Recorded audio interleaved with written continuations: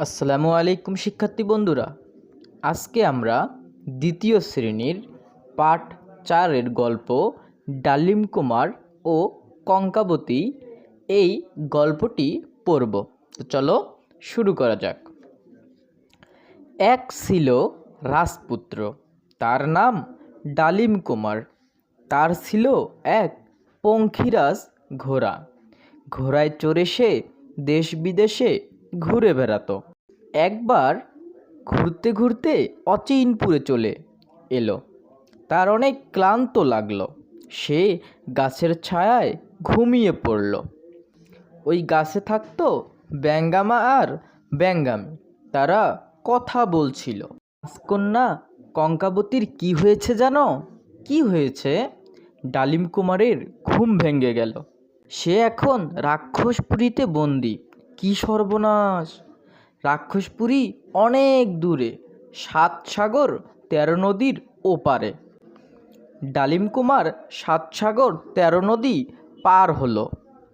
তারপর রাক্ষসপুরীতে পৌঁছালো। তখন রাজকন্যা কঙ্কাবতী সোনার পালকে ঘুমিয়ে আছে। কিছুতেই তার ঘুম ভাঙে না। ওঠো কঙ্কাবতী। ডালিম কুমার দেখতে পেল কঙ্কাবতীর মাথার কাছে রূপার কাঠি আর পায়ের কাছে সোনার কাঠি। তখন ডালিম কুমার মাথার কাছে সোনার কাঠি নিয়ে এলো আর পায়ের কাছে নিয়ে এলো রূপার কাঠি। অমনি কঙ্কাবতী জেগে উঠল। কি সর্বনাশ! এখনই তো রাক্ষস চলে আসবে। হাউ মাউ খাউ!